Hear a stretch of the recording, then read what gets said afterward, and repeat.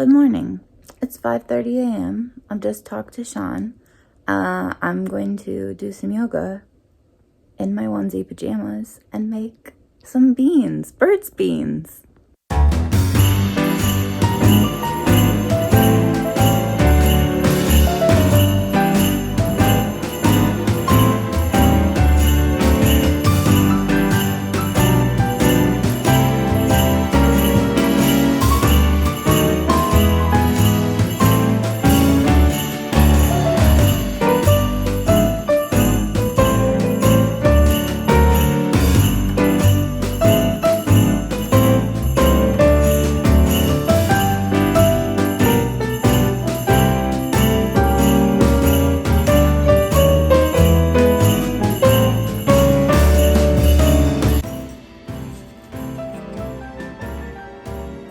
Hey guys, welcome to Karen's cooking show.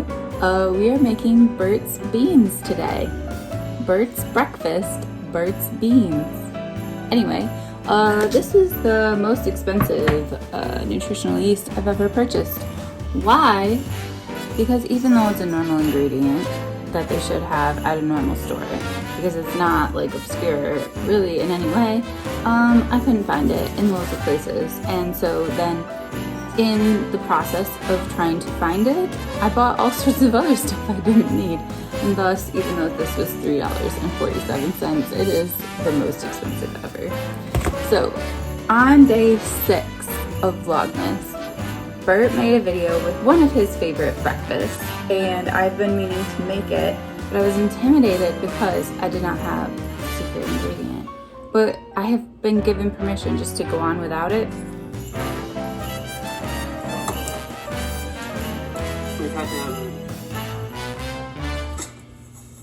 We've had a breakfast request video, or like favourite breakfasts. Here's my number one favourite breakfast. I just have peanut butter and toast. You have peanut butter and toast? My breakfast are a bit... Yeah, but we don't really have exciting breakfast. I mean, I'll show you what I do though. It's not just basic beans. My head's in the beans. Up to 7. And do you know what? I split this into 3 breakfasts. Okay, first step, hob up to 7. That's not something we have. But let me get a pot and try to figure this out. I have my beans. I'm gonna actually open the can the entire way. All right.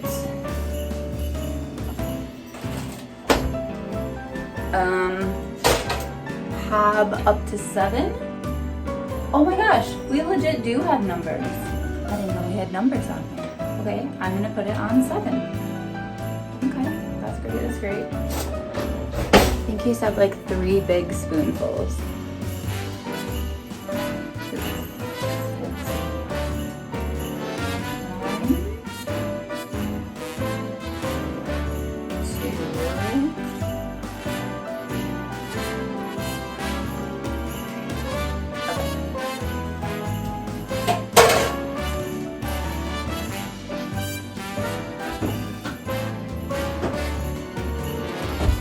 Then the rest can go in here. The next step, 1/3 of a can of diced tomatoes. Let's make this happen.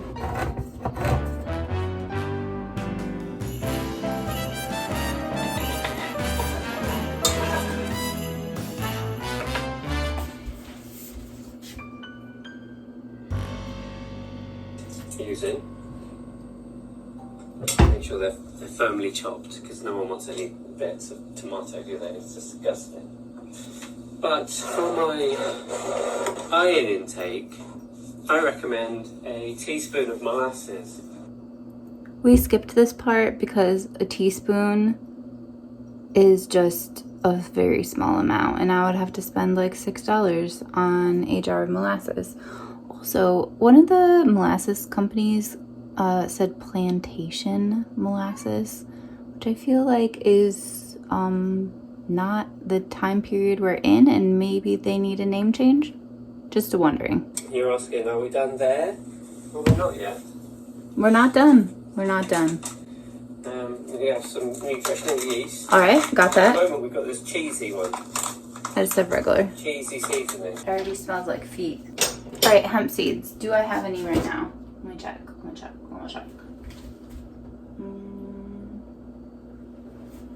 I have wheat germ, chia seeds,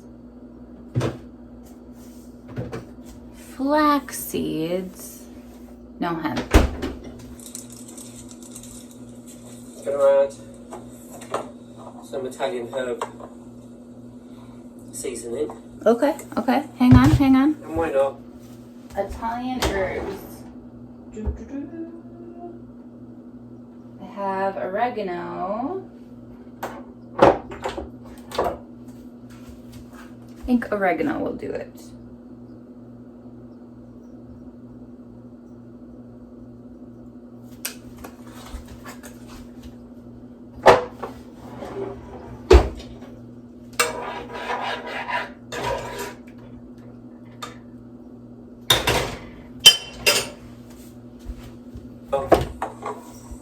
Just a little pinch of turmeric. Oh, okay. Go easy on the turmeric. Go easy on the turmeric. Easy on the turmeric. Am I out of turmeric? Shit, that's bad. Hold on.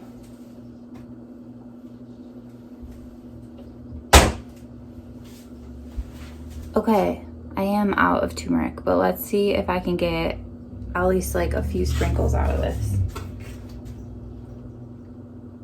Nothing's coming out at all. Okay.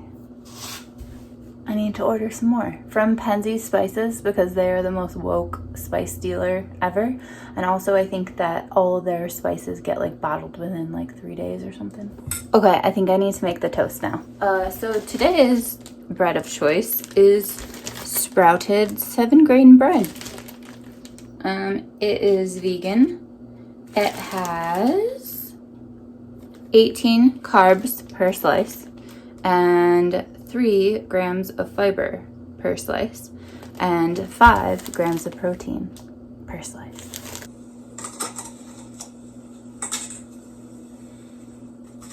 We're back with my little toast and my big toast. Okay, I just recently learned this Vlogmas that British people always butter their toast, like, or their bread for sandwiches, like always. And in the US, the only reason you would butter your toast is if you were gonna put like jam on top of it. So this is very interesting because apparently when I thought I was being weird by putting butter first and then peanut butter, I was actually being normal in the UK.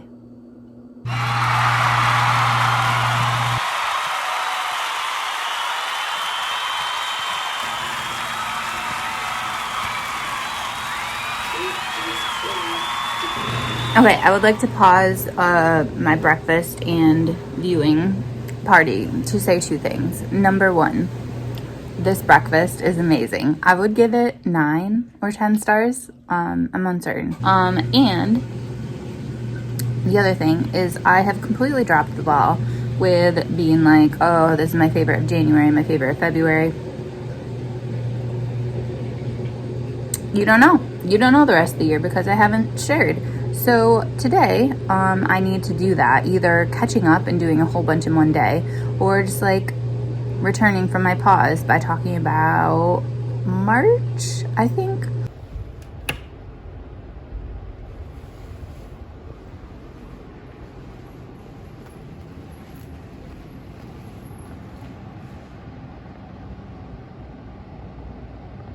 Alright guys, hello. I just got to work. I am really nosy and I'm always curious about what other people do at work. So I thought I would quickly film like what I'm doing during my plan time today. So first I need to find the coffee that I stole from the teacher's lounge.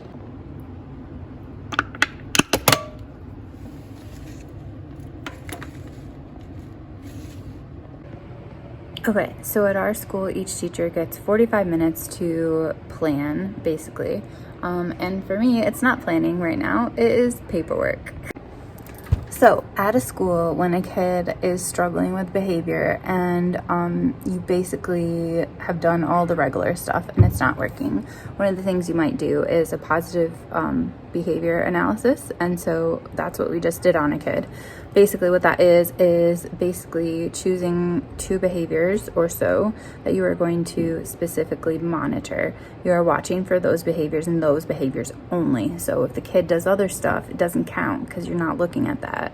You are looking at these 2 specific behaviors and you define them. So for example, if it's elopement, what does elopement look like for that kid?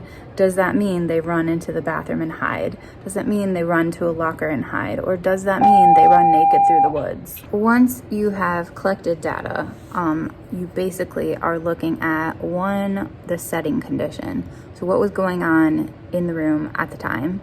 And then 2, what are the antecedents? So what happens right before the kid does the behavior? What behavior happens the most? And then the consequences. So what happens right after the behavior? So is the kid reinforced by an adult and given attention? Are they given attention from peers? Do they avoid adult attention or do they avoid peer attention? Do they obtain something or get something removed? Those are the main things that you're looking for. And then you color code everything and make a pattern and you figure out what the kid is doing and why they're doing it. So we have a kid that I just did this for. It wasn't elopement. It was something else, which I'm not going to talk about because of confidentiality. But now I'm to the next phase where we know what he's doing, we know why he's doing it, and now we need to make a plan. So the plan is called a PBSP, Positive Behavior Support Plan, and it is a legal document that tells us how we have to interact with the kid so that they do not have the behaviors that they were having before. We at least try to extinguish the behaviors as much as possible. Now, because this is a legal document, once it is created, it has to be followed. So I'm doing a draft. The draft will be shared with a whole team of people who will go over it, add to it, remove stuff, change stuff. We'll work on it together. And then it will be put in place. And when it's put in place, it's a legal document. We're legally required to follow it for the student. And if we don't, there are problems. Example, okay? There was a kid who ended up murdering his teacher, and guess who got sued? The dead teacher's family, because the teacher was not following his behavior plan, and as a result of murdering his teacher, he suffered emotional harm from the trauma of that experience. So it's very important to get this right.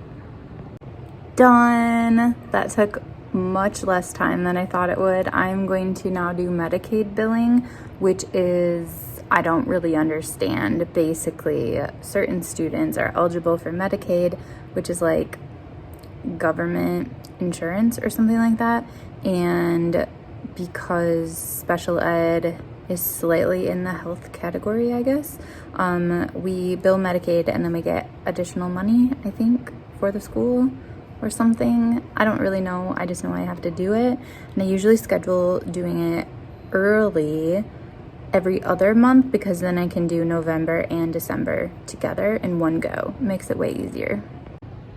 All right, so I guess these are the things that are Medicaid billable. So assuring re-examination and follow-up to make sure they're getting the services they need, make sure their records are good, trying to collaborate with other people and outside agencies, helping families schedule stuff or just get in touch with other people, coordinate school-based services, coordinate evals, assessments, and other services, provide summary to people, make sure that the kid gets what they need, monitoring and recommending a plan of action. I should actually check that one as well.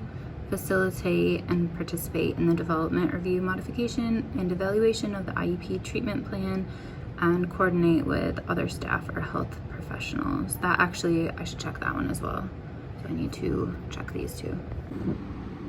All right, back to the kid part of my job. So I have an SEL group that I need to participate in. It was kind of my choice to do this, which is basically all the classrooms all at the same time have SEL, which is social emotional learning.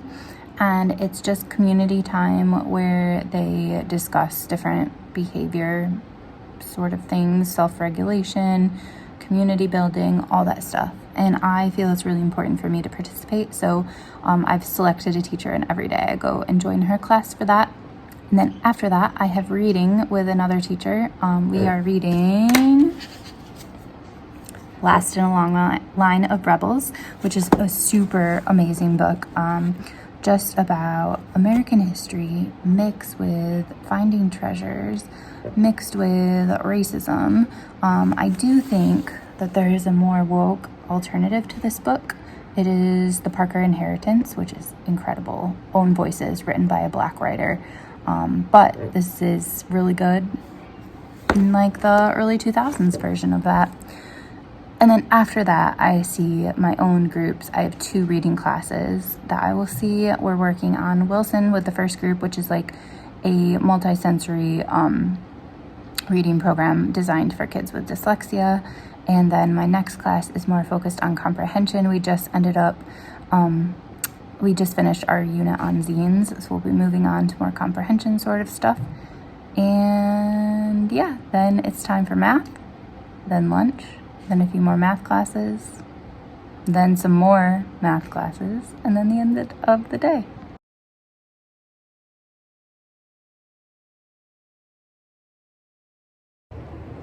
It's 3:35, so I can go home. I'm gonna go to the library, then go home. Yeah, our day is technically from 8:05 to 3:35, but obviously everyone works when they want to work, so some people come early, which is weird. Some people stay late, which is weird. One quick thing though before I go. So I designed an escape room for my kids tomorrow.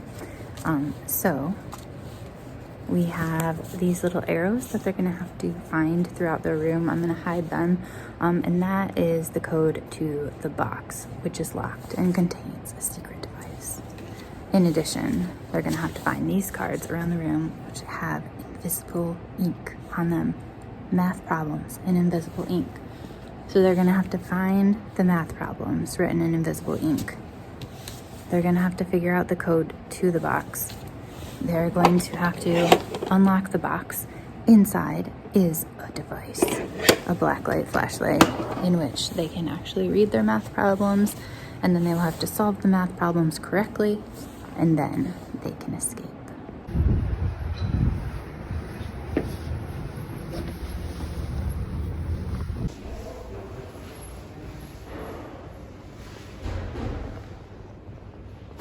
Okay, quick library haul. So remember when I said that they had Switch games?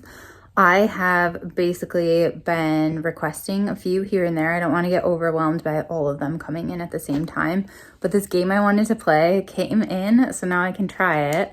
It is 2 Point Hospital, and I think you run a hospital, but I think it's like humorous as well. Like there's just like weird conditions and stuff that you have to take care of. So I'm excited to start that. I don't know how long of a rental I get. I'm gonna have to check. Then remember at the library party, basically the children's librarian was telling me about this author that does biographies but tells you all the shady good stuff. Well, I went to the children's department today to get this one that had come in. And they said, oh, no, it's not up here. Apparently it was marked as YA because it's so intense. I'm super excited. So it's Murder Among Friends. Now, I still haven't read the Charles Lindbergh one yet, but I thought I would get 2 and then just always request another, unless I don't like them, but it sounds like I will. So I think this is about teenagers committing murder. Let's just see what it's about. 19-year-old Nathan Leopold and 18-year-old Richard Loeb want to kill a child.